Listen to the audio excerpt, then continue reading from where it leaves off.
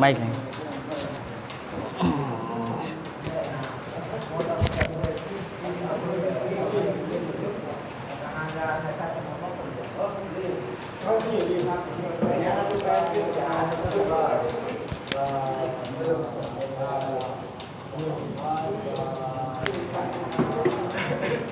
رحم اللہ عنکر الفاتحہ.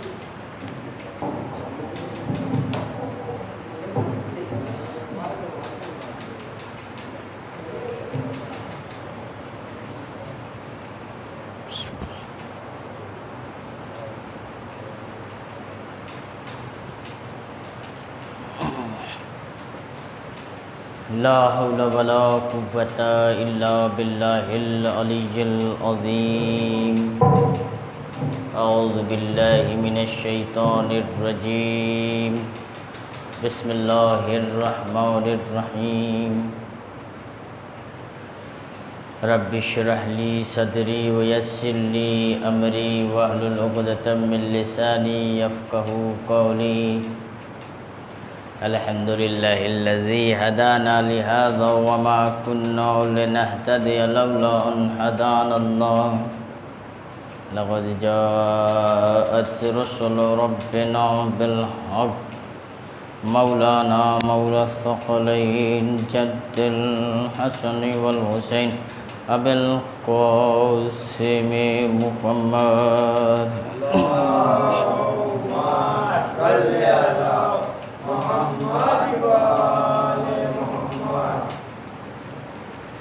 وأهل بيته الطيبين الطاهرين المعصومين المظلومين ولعنة الله على القوم الظالمين. أما بعد فقد قال الله تبارك وتعالى في قرآن مجيد. بسم الله الرحمن الرحيم. من كان يرجو لقاء ربه فليعمل عملا صالحا. صلوات محمد وعلى محمد. اللهم صل على محمد وعلى محمد. برادران عزیز ملت اسلامیہ، آج محرم کی 7 تاریخ آ گئی ہے.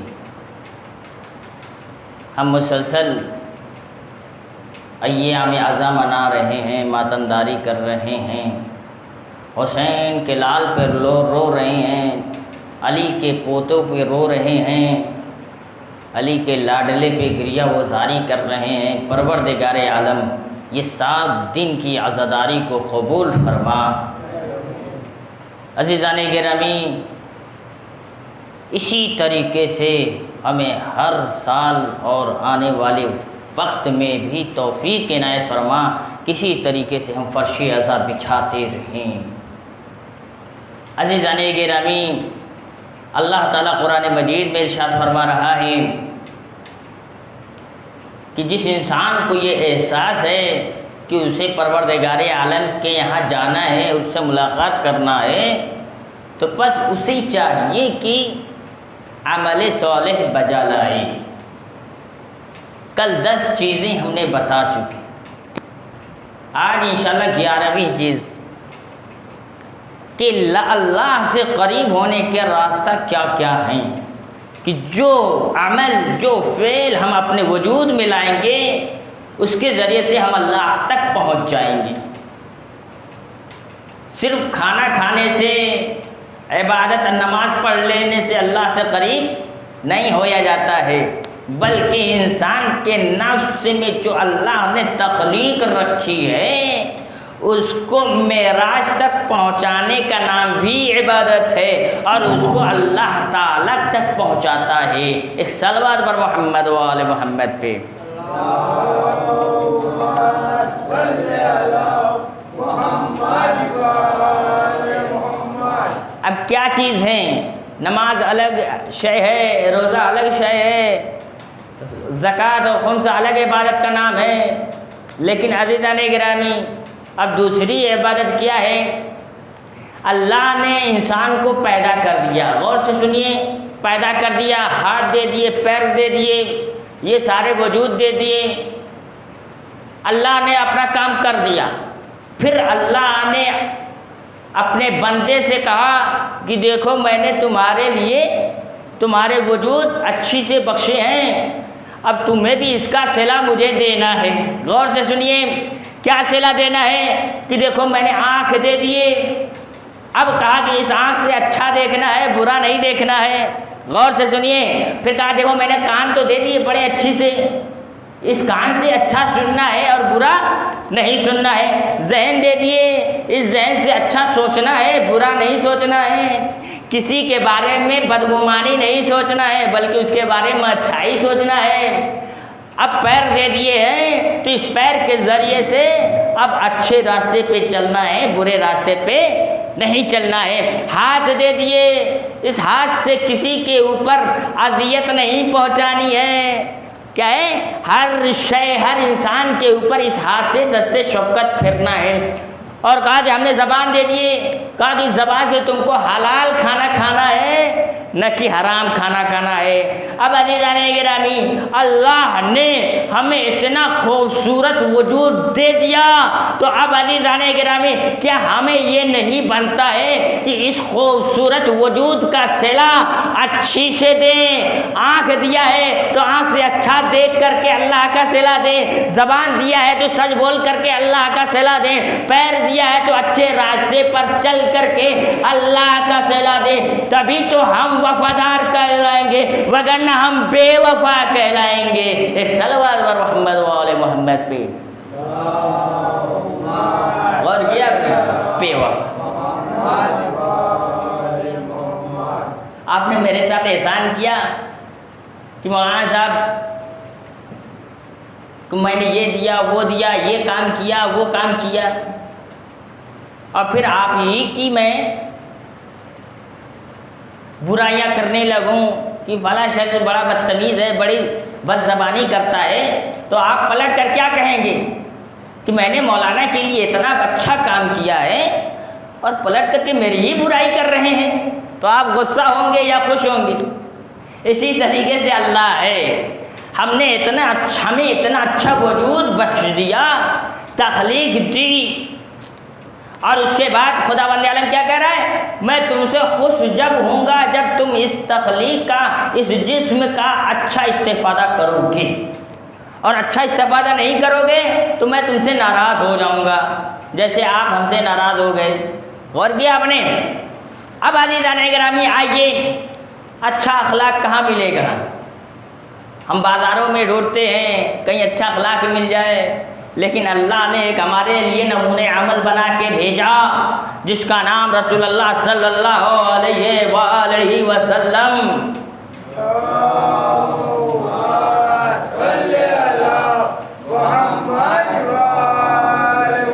جب وہ سرزمین مکہ پہ آتا ہے تو جھوٹ عام، برائیاں عام، غیبت عام، اپنی بیٹیوں کو زندہ زمین پہ دفنا رہے لوگ، ہر جگہ تاریکیاں۔ اللہ نے اپنے حبیب کو سرزمین مکہ پہ اتارنے کے بعد کہا کہ ایک لالٹین جگہ جگہ پر لے کر جاؤ۔ لالٹین کا نام کیا ہے؟ قرآن، ہدایت والی قرآن۔ جہاں جہاں لے کر جاؤ گے وہاں وہاں اجالا ہوتا چلا جائے گا۔ نتیجہ یہ ہوا کہ اللہ کے رسول نے ہدایت کس سے لی؟ قرآن سے ہدایت لی۔ قرآن سے ہدایت لے کر کے جگہ جگہ نور بخشا، اجالا بخشا۔ نتیجے میں یہ ہوا کہ سارے مکہ والے ہدایت یافتہ ہو گئے، مسلمان ہو گئے۔ تو اس کا مطلب یہ ہے کہ اللہ نے جو قرآن نازل کیا ہے اس سے ہمیں بھی استفادہ حاصل کر کے اپنی ہدایت حاصل کریں، اچھی باتیں حاصل کریں، علم حاصل کریں، کیسے ہمیں اپنی زندگی گزارنا ہے وہ چیزیں حاصل کریں۔ اب آئیے جناب رسول خدا کہاں پہ؟ روزانہ مسجد نبوی میں نماز پڑھانے کے لیے آ رہے ہیں۔ اب ایک یہودی روزانہ رسول اللہ کے اوپر کوڑا پھینک رہا ہے، اور وہ بڑھیا کی طرح کوڑا نہیں پھینک رہا ہے، یہ جو بھینس یہ جانور جو کرتے ہیں نا، اس کی جو اونجھڑیاں ہوتی ہیں، ہمارے زبان میں بولتے ہیں پچونی، سنا آپ نے؟ اوجھڑیا اردو زبان ہے، اوجھڑی۔ اب وہ یہودی رسول اللہ کے اوپر پھینکتا ہے روزانہ مرہ کی طرح، غلیظ راستے میں کانٹے بچھا رہا ہے کہ رسول اللہ جب چلیں گے تو ان کے پیروں میں چبھے گا اور اذیت محسوس ہوگی۔ اب عزیزان گرامی سنیے ذرا رسول اللہ کا اخلاق۔ اب ایک دن کیا ہوا کہ مسجد نبوی میں آئے، کیا دیکھا کہ میرے اوپر کوڑے نہیں پھینکا اور میرے اوپر کبھی اوجڑیاں نہیں آئیں، جو راستے میں کانٹے بچھانے والا تھا وہ نظر نہیں آیا۔ آخر کیا وجہ ہے کہ آج اس نے یہ کام نہیں کیا؟ رسول اللہ پریشان کہا یا صحابیوں، آج میرے ساتھ یہ واقع ہو گیا، اس انسان کی ذرا حالت تو پوچھو کہ وہ کس حالت میں ہے۔ اب جیسے ہی رسول اللہ کے صحابیوں کو پتہ چلا کہ وہ شخص بیمار ہو گیا ہے، اپنے گھروں میں پڑا ہوا ہے، علالت کی حالت میں ہے، اب جیسے ہی رسول اللہ نے سوچا کہ وہ بیمار ہو گیا ہے، صحابیوں کو حکم دیا چلو میرے ساتھ اس یہودی کے گھر۔ اب صحابی ڈرے، کہا کہ یا رسول اللہ وہ کل کو آپ کے راستے میں کانٹا بچھا رہا تھا، آپ کے اوپر اونجھڑیاں پھینک رہا تھا، آپ اس کی عیادت کو جائیں گے کیا؟ آپ اس کی عیادت کو جائیں گے؟ رسول اللہ نے کہا نہیں نہیں، یہ اسلام ہمیں نہیں سکھاتا، اگر ظالم بھی ہو، اگر عیادت کے قابل ہو تو اس کی عیادت کرنے کو جائیں۔ عزیزان گرامی اب رسول اللہ یہودی کے گھر آتے ہیں صحابیوں کے لے کر کے۔ اب جیسے ہی دق الباب کیا، کیا آواز آئی؟ کون؟ کا وقت کا رسول۔ اب جیسے ہی اس کی بیوی نے دیکھا گھبرائی، آخر کیا ماجرا ہے؟ کبھی میرے گھر رسول اللہ قدم نہیں رکھے، ہو سکتا کہیں بدلہ لینے کے لیے تو نہیں آئے ہیں اپنے صحابیوں کے ساتھ۔ اب جیسے ہی سنا رسول اللہ نے پہلے کہہ دیا گھبراؤ نہیں، میں نے بدلہ لینے کے لیے یہاں پہ نہیں آیا، بلکہ میں آپ کے شوہر کی عیادت کرنے کے لیے آیا۔ کیا سن رہے عزادارو؟ رسول اللہ کا اخلاق دیکھیے، آپ کے شوہر یہودی کے عیادت کے لیے ہم آئے ہیں، ہم اس کو اذیت پہنچانے کے لیے نہیں آئے۔ اب جیسے ہی یہودی کے قریب پہنچے، یہودی نے کیا کہا اپنی بیوی سے؟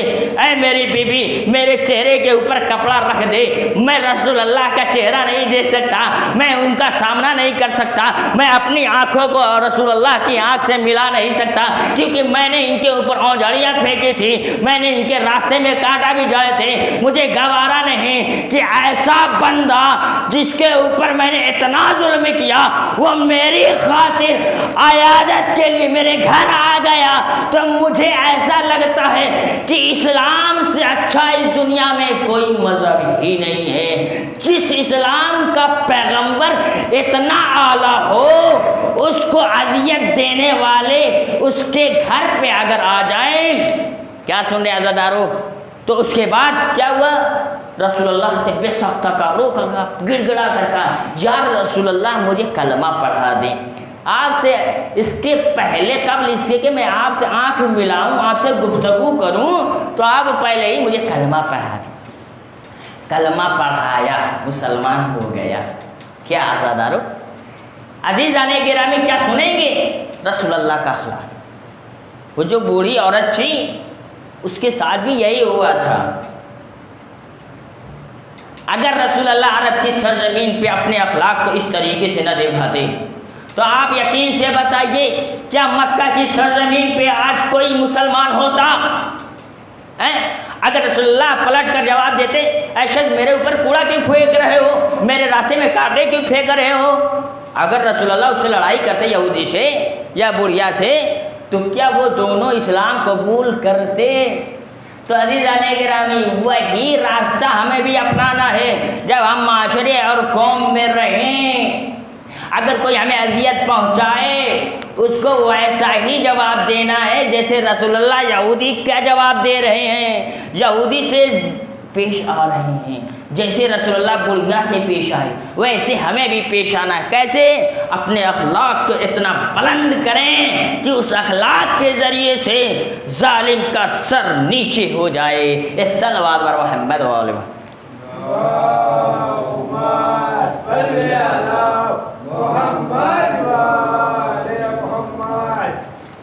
اب اللہ نے گرامی سنیے، ملا خضرہ ایک ہیں، بہت بڑے فلسفے والے ہیں، بہت بڑے عالم ہیں، جانکار ہیں۔ اب انہوں نے کہا کہ دیکھیے اللہ نے دو چیزیں جب تک مکمل نہیں ہوگی تب تک انسان کیا ہوگا؟ کامل نہیں ہوگا، مکمل نہیں ہوگا۔ جیسے ایک بلڈنگ ہے، اگر آپ اس کی چھت نہ بنائیں تو کیا بلڈنگ کبھی مکمل ہوگی؟ نہیں ہو سکتی۔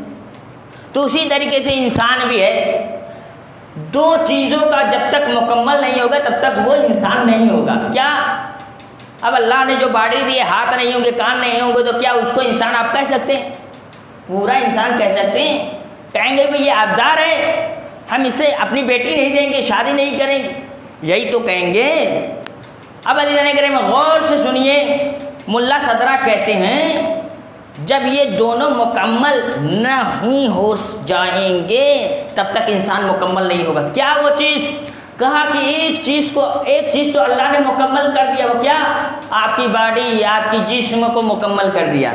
آنکھ جیسے دینے تھے ویسے دے دیے، زبان جیسے دینے تھے دے دیے، کان ہے، پیر ہیں، جتنے بھی چیزیں دینی تھی سب کچھ اچھی سے اچھی دے دی۔ کیا ہے؟ کیا آپ کے سننے میں کوئی کمی ہے؟ کوئی بتا سکتا ہے؟ کیا جب وہ پیدا ہوا بہرا پیدا ہوا ہے؟ بعد میں نا کوئی بہرا ہوتا ہے، جب کوئی آنکھ پیدا ہوتا ہے تو کوئی آنکھ کیا ہے؟ صحیح سے دکھائی دیتا ہے کہ نہیں پوری طریقے سے؟ اب بہت سارے ایسے ہوتے ہیں کچھ وجوہات کی بنا پہ جو عیبدار پیدا ہوتے ہیں۔ اب جانے کہ اس کی تفصیلات میں نہیں جاؤں گا۔ اب سنیے، اللہ انسان کو کیا پیدا کرتا ہے؟ کامل بنا کر، کیا؟ مکمل بنا کر پیدا کرتا ہے۔ اب ملا صدرہ کہتے ہیں کہ اللہ نے اپنا تو کام کر دیا، جیسا انسان کو بنانا تھا بنا دیا۔ اب اللہ نے اس کے اندر ایک روح پیدا کی ہے، عزیزان گرامی، جس سے آپ دیکھتے ہیں روح پیدا کی ہے۔ اللہ نے اس کو نہیں بنایا، صرف سادہ اس کے اندر روح ڈال دی۔ اب کہا کہ وہ کیسے مکمل ہوگا؟ غور سے سنیے عزیزان گرامی، اب وہ کیسے مکمل ہوگا؟ ملا صدرہ کہتے ہیں وہ مکمل اس طریقے سے ہوگا کہ جب آپ اپنے اندر خلق ڈالیں گے۔ خلق کا مطلب کیا؟ کردار۔ کردار کا مطلب کیا؟ انسانیت۔ انسانیت کا مطلب کیا؟ نماز۔ نماز کا مطلب کیا؟ روزہ۔ یہ جتنے چیزیں ہیں اچھے راستے پہ چلنے کی، ان تمام چیزوں کو اپنے اندر ڈالنے کا نام ہے خلق۔ کیا ہے؟ اس کو ڈالنے کا نام کیا ہے؟ خلق۔ خلق کا مطلب اخلاق۔ یہ تمام کی تمام چیزیں جب مکمل ہو جائیں گی تو آپ کی روح مکمل ہو جائے گی، آپ کی روح کامل ہو جائے گی۔ تو جب روح کامل ہو گئی تو جسم تو پہلے ہی سے کامل ہے۔ جب دونوں چیزیں کامل ہو گئی تو پروردگار عالم کہے گا کہ اے بندے خدا، اب تو مکمل ہو گیا ہے، اب تو میری بارگاہ میں آ جا۔ اب بارگاہ میں کا مطلب کیا؟ جنت میں آ جا۔ اب تیرے اندر سے سارے عیب دور ہو گئے ہیں، اب تو جنت کے قابل ہو گیا ہے۔ ایک صلوات بر محمد و آل محمد۔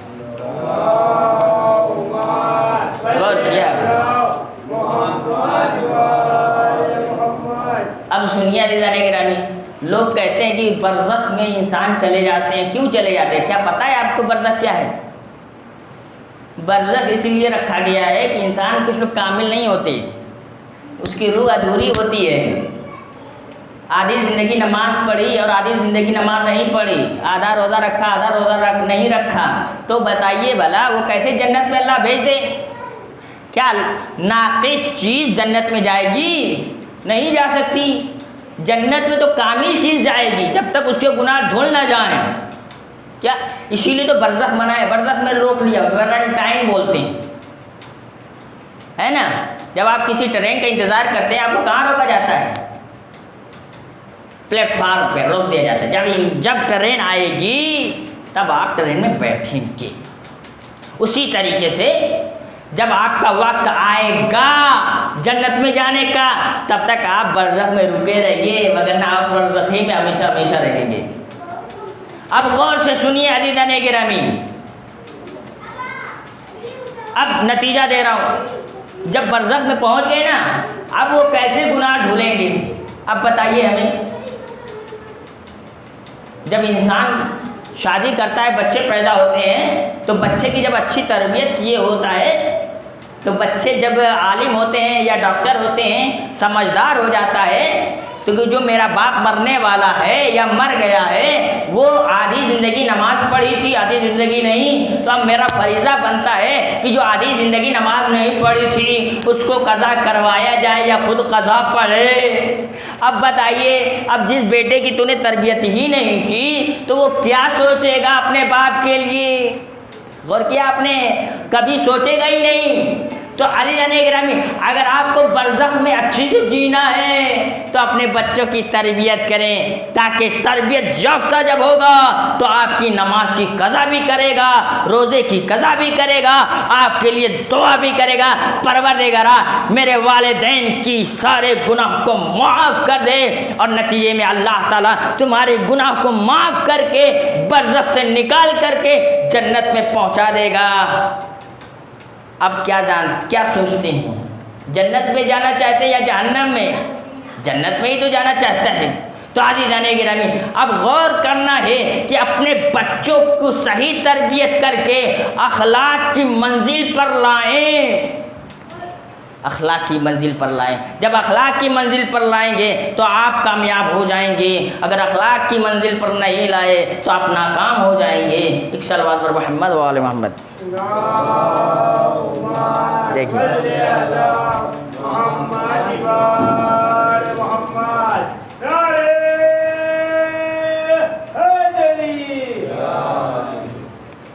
اب عزیزان گرامی، اب سنیے، کبھی کبھی جو ہے ایک چیز زحمت تمام، کبھی کبھی کیا ہے، سچ بولنا بھی جو ہے فتنے کا باعث بن جاتا ہے۔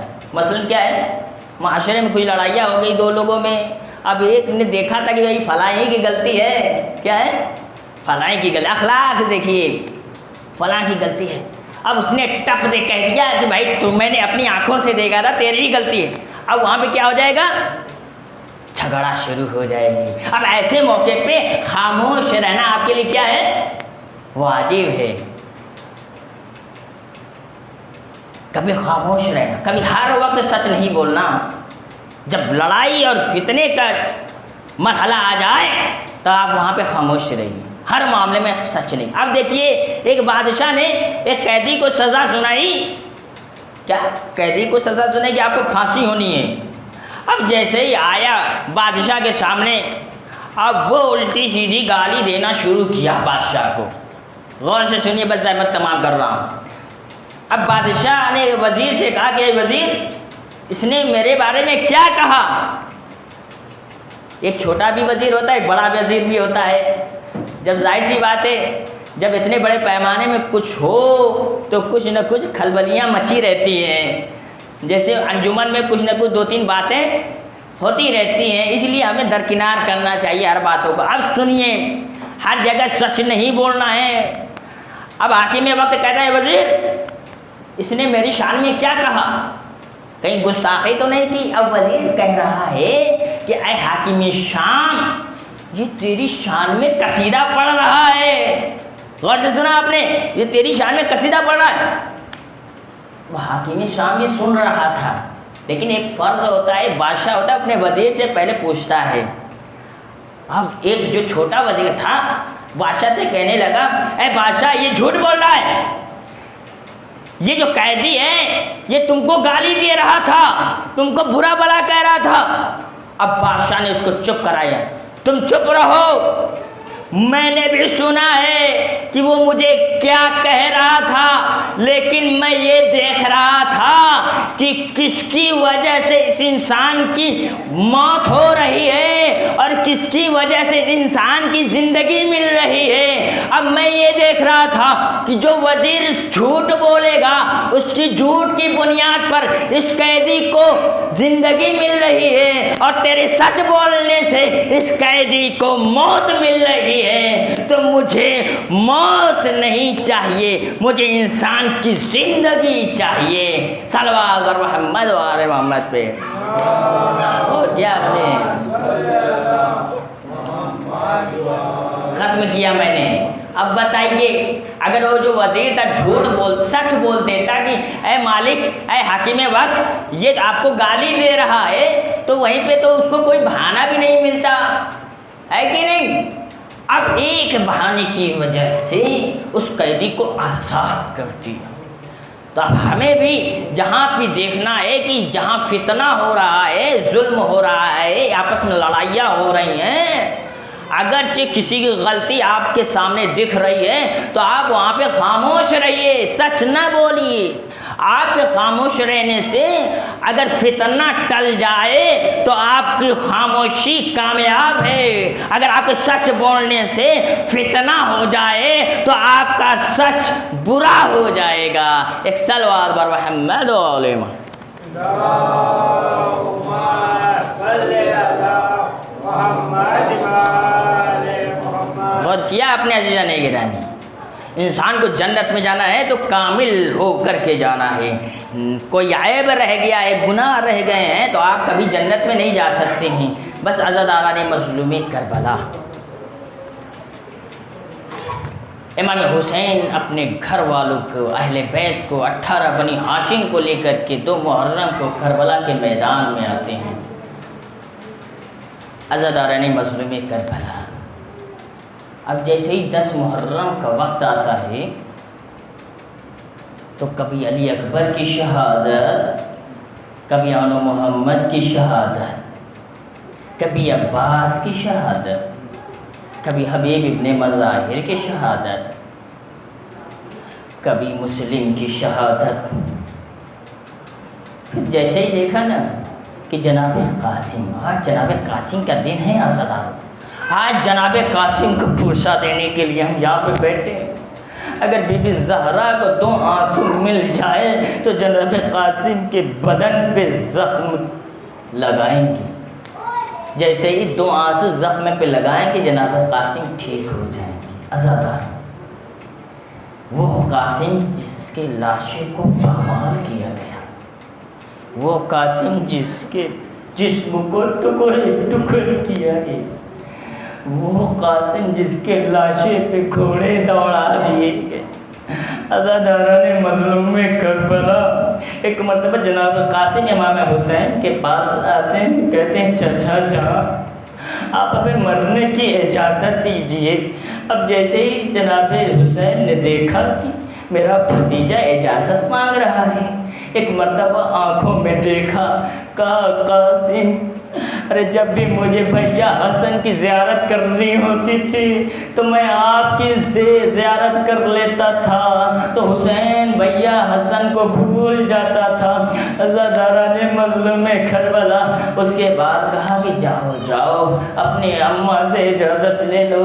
عزاداران مظلوم کربلا، ایک وقت وہ بھی آتا ہے کہ جناب قاسم سسک کے ایک خیمے کے باہر ایک کونے میں رو رہے ہیں، فریاد کر رہے ہیں۔ عزادارو، یہ رونے کی آواز خیمے میں پہنچتی ہے، ارے جناب فروا کے کانوں میں ٹکراتی ہے، فروا ایک چیخ مارتی ہے، ارے کون ہے جو اتنی زیادہ زور سے رو رہا ہے؟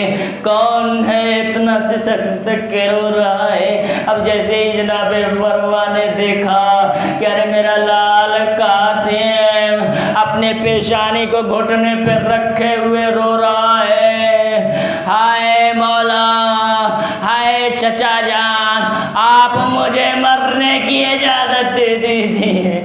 عزاداران مظلوم کربلا، جناب فرما قاسم سے پوچھے بیٹا تجھے کیا ہو گیا ہے؟ چچا جان اجازت نہیں دے رہے ہیں۔ عزادارو، امام حسن کی وہ وصیت یاد آ جاتی ہے، جب بھی تیرا بیٹا قاسم مصیبت میں ہو، رو رہا ہو تو میں ایک تعویذ لکھ دیتا ہوں، اس تعویذ کو پڑھ لینا اور راہ حل نکل جائے گا۔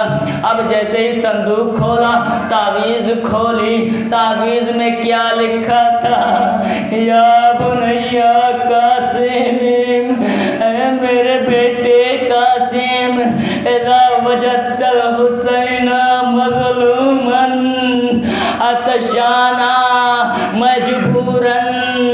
ارے غریباً، اب جیسے ہی جناب فروا نے دیکھا، کیا دیکھا ہے بیٹا قاسم، ارے میرے بھیا حسین کو جب غریب دیکھنا، پیاسا دیکھنا، نرغے آغا میں گھر جائے نہ دیکھنا، تو جب بھی میرے بیٹے قاسم کی جان کی ضرورت پڑے میرے بھیا پہ قربان کر دینا۔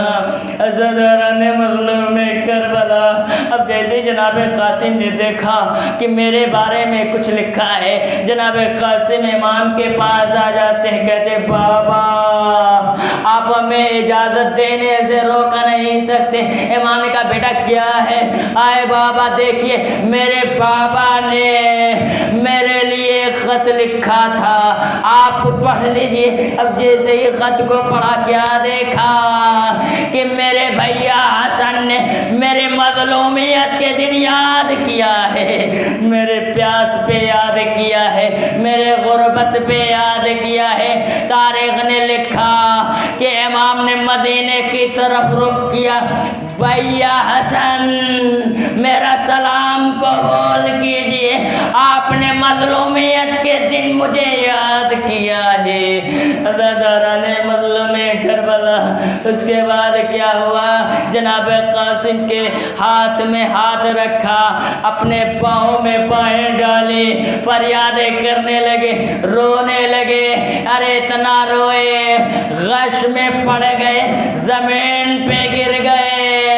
عزادارو روایت میں لکھا اب جائی غش کے حالت سے اٹھے، کیا کہا عباس ارے ذرا زرہ لاؤ، قاسم کو پہناؤ، اور ہم نے جنگ کی اجازت دے دی۔ اب جیسے ہی عباس نے زرہ لائی جناب قاسم کی، جناب قاسم کو زرہ بڑی آ رہی ہے۔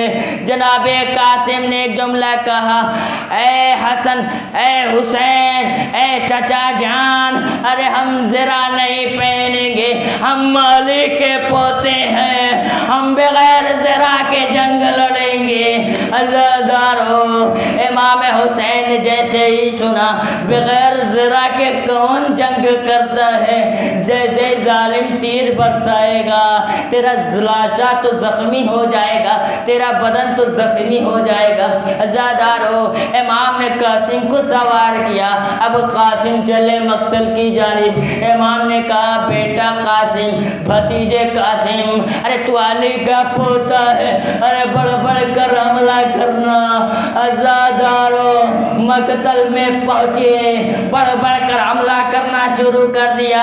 روایت میں لکھا قاسم ایسے لڑے جیسے علی لڑ رہے تھے، ارے ایک ایک کو چن چن کر مارا۔ ارے تو نے میرے اکبر کو نہیں چھوڑا، تو نے میرے عباس کو نہیں چھوڑا، تو نے میرے آلو محمد کو نہیں چھوڑا، میں تم کو بھی نہیں چھوڑوں گا۔ ارے ایک مرتبہ عمر سعد نے کیا دیکھا، ارے جناب قاسم ایک ایک کو چن چن کر مار رہا ہے۔ ایک ازرق نامی شخص کو آواز دیا جو 1000 فوج کے مقابلے میں اکیلا تھا، کہا ازرق ارے جا یہ علی کا پوتا ہے، اس کے مقابلے میں تم لڑو۔ ازرق نے پلٹ کر جواب دیا نہیں نہیں، میں اتنا بڑا بہادر ہو کر کے میں ایک چھوٹے بچے کے مقابلے میں نہیں لڑ سکتا، پہلے میرے بچے اس مقابلے میں جائیں گے۔ پھر عزادارو کیا ہوا، ازرق نے اپنے بچوں کو بھیجا، اور جناب قاسم نے 2 ٹکڑے میں تبدیل کر دیا، دوسرے بچوں کو بھیجا، دوسروں کو بھی فنار کر دیا۔ سارے بچے قاسم کے سامنے آئے، سب کو فنار کر دیا۔ عزادارو اب جیسے ہی ازرق نے کہا کہ اب میں خود اس بچے کے مقابلے میں آؤں گا، ادھر پسے پردہ حسین بلندی سے ارے جناب قاسم کی جنگ دیکھ رہے تھے، کہا پروردگارا میرے بچے قاسم کی لاج رکھ لے، ارے میرا بچہ بڑا کم سن ہے، ارے بہت پیاسا ہے، ارے یہ ازرق میرے بچوں کو مار دے گا۔ عزادارو